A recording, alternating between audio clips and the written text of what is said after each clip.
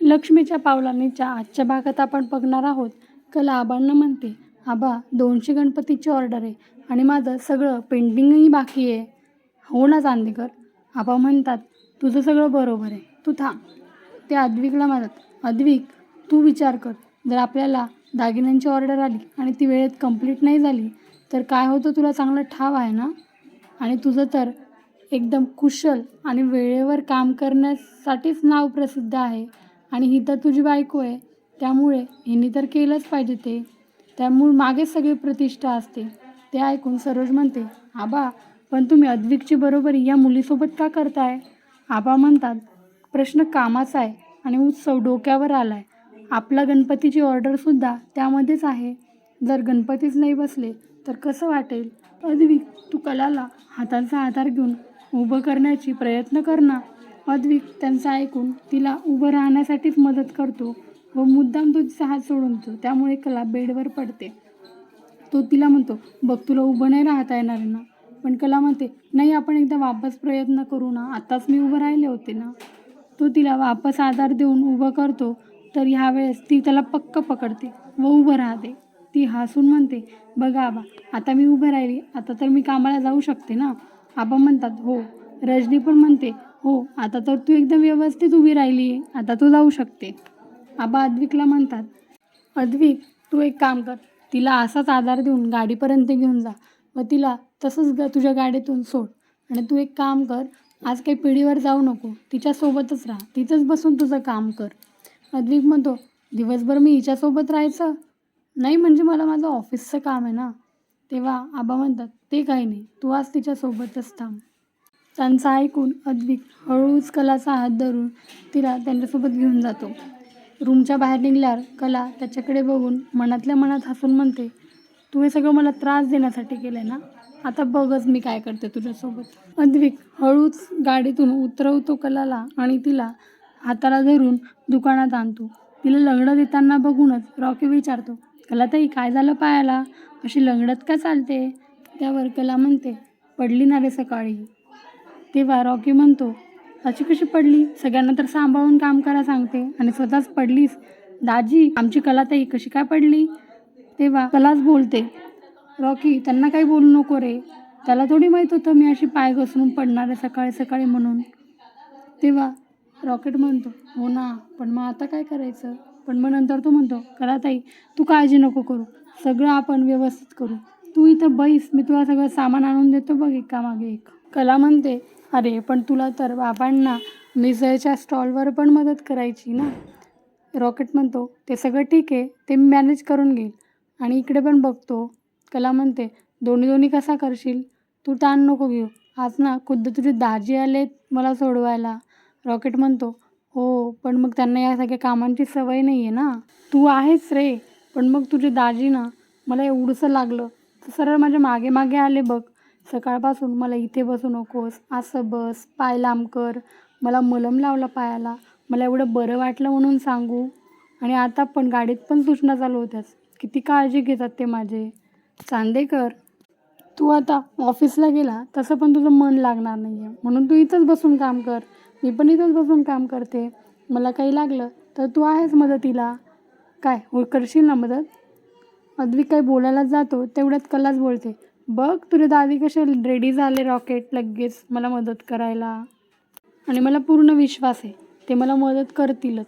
तेव्हा रॉकेट म्हणतो, हे एकदम झक्कास झालं बघा, बाप्पाच्या मूर्तीला तुम्हा दोघांचाही हात लागेल म्हणजे एकदम काम परफेक्टच होणार. तेव्हा अद्विक मनातल्या मनात विचार करतो, मुद्दाम करते ही खरे मला त्रास देण्यासाठी, करायला गेलो एक आणि झालं एक. त्याचं ते बघून कला हसून त्याला म्हणते, झालं मनातल्या मनात बोलून. तेव्हा अद्विक तिच्यावर वचकूनच बोलतो, पण नंतर त्याला आठवते, चांगला नवरा विसरू नको अद्विक. व तो म्हणतो, काय. तेव्हा कला म्हणते, अरे मला नाही ते बसायचे, तू मला मदत कर बसायला. मग तो मदतच करत असतो की तिला म्हणते, अरे टेबल, व तो टेबल आणून तिला आल्हात खाली बसवतो. दुसरीकडे बेडरूममध्ये आबा काम करत असताना तिथे सरोज येते व त्यांना म्हणते, आबा मला तुमच्याशी काहीतरी बोलायचं आहे. आबा म्हणतात, बोल ना.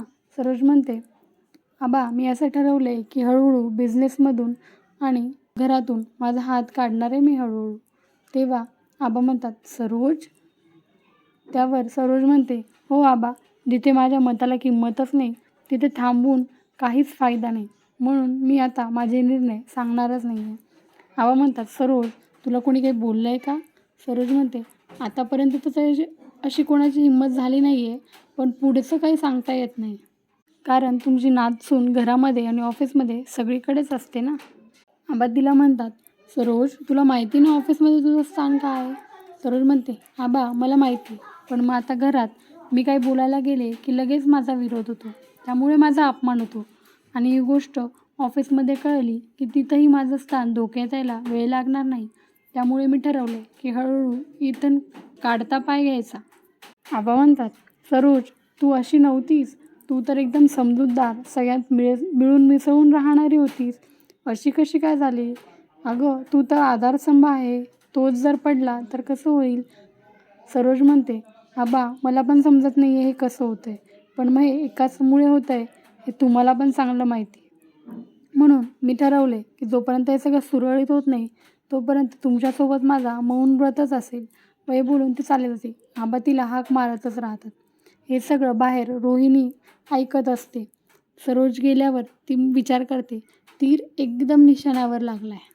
सरोज वहिनीच्या कानात वंगण घातलं की ती एकदम गाडीसारखीच धावत सुटते आणि कुठेही जाऊन धडकते. आता फक्त अद्विकवरच लक्ष द्यायचं आहे. आजकाल खूपच बायकोच्या मागे पुढे करायला लागलाय तो. शोध तर घ्यावाच लागेल. इकडे आबा टेन्शनमध्येच असतात व विचार करतात, वाळू हातात पकडायची झाली तरी ती निसटूनच जाते आणि मी तर ह्या वाळूचं घर बांधायला बघतोय, कसं होणार? ते देवी आईला म्हणतात, अंबाबाई, आता तूच काहीतरी कर बघ बाई या सगळ्यासाठी. इकडे अद्विक आणि कला बसलेलेच असतात. कला तिचं काम करत असते, पण ती मध्ये मध्ये अद्विकला त्रास देण्यासाठी त्याला ह्या ना त्या वस्तू मागतच असते. त्यावर अद्विक खूपच चिडतो. कला रॉकेटला पण दम देऊन शांत करते, कारण की तो गडेगडे म्हणत असतो की मी करतो, तू दाजींना का बरं त्रास देते? पण मग ती त्याला दम देऊन शांत करते व म्हणते, ज्याचं त्याचं काम ज्याने त्यानेच केल्यावर लवकर होईल. तेवढ्यात तिचा फोन वाजतो. बाळूकाकांचा फोन असतो. अद्विक फोन उचलतो व बोलतो. तेव्हा कला म्हणते, मला माहिती बाळूकाकांनी का बरं फोन केला आहे, तू माझ्या कानाला लाव. अद्विक तिच्या कानाला फोन लावतो. तेव्हा बाळूकाका तिला सांगतात, अजून आपल्याकडे ऑर्डर आल्या आहेत 4 गणपतीच्या. तेव्हा कला म्हणते, बाळूकाका एवढ्या लवकर कसं होईल सगळं? बाळूकाका म्हणतात, पण मग या माझ्या मान आणि माझं खूप नुकसान होऊन जाईल गं, माझ्या प्रतीक्षेला ठेच पोहोचेल, एवढं काम कर ना यावेळेस. तेव्हा कला म्हणते, बरं ठीक आहे, मी बघते. ते ऐकून रॉकेटच म्हणतो, की काय वेळ झाली का आता ऑर्डर द्यायची? कला म्हणते, आता तो प्रश्न नाही आहे, विषय हा आहे की ह्या ऑर्डर आपण कशा कंप्लीट करायच्या? त्यावर रॉकेट म्हणतो, आता काय रात्रभर बसून काम करावं लागेल. कला अद्विकला म्हणते, अद्विक, करशील ना रे मला हेल्प? मला ना आता माती मळायची आहे, तू मला ना त्या खोलीत घेऊन जा. रॉकेट म्हणतो, कलाताई, तू दाजींना का त्रास देते? मी करते ना. कला काही बोलणार आहे तेवढ्यात अद्विक म्हणतो, अरे तू कशाला, तू बस आरामात, मी करतो. आणि नंतर कला त्याच्याकडे बघूनच हसत असते आणि म्हणते, आगाऊ. आणि अद्विक पण तिच्याकडे विचित्र हसतो व म्हणतो, अति आगाऊ. कला रॉकेटला म्हणते, रॉकेट, तू आता जेवण करून घे. हे माझं झालं ना की मी पण जेवण करते. नंतर कलाला शेजारच्या रूममध्ये आणल्यावर कला तिथंच माती मळत असते. मळताच ती अद्विकला म्हणते, चांदेकर, तू आता जाऊ शकतो.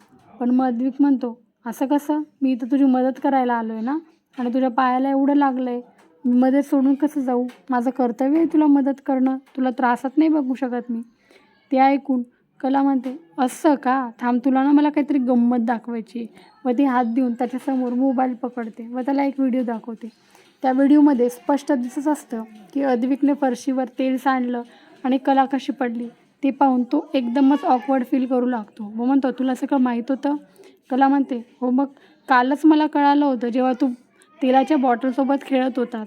मग मी विचार केला की काहीतरी तर गडबड आहे.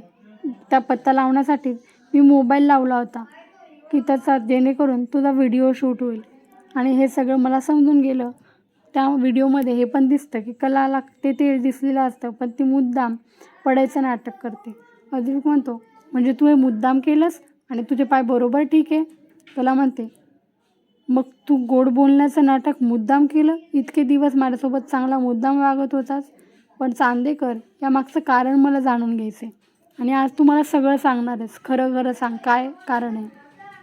आजच्या भागात एवढंच. सांगेल का अद्विक कलाला खरं कारण? आणि जर त्याने सांगितलं, कला काय निर्णय घेईन त्याच्यावर, काय असेल तिचं, आणि आबांना कळल्यावर ते काय करतील अद्विकसोबत, सगळं मला कमेंट करून नक्की सांगा की तुम्हाला काय वाटते.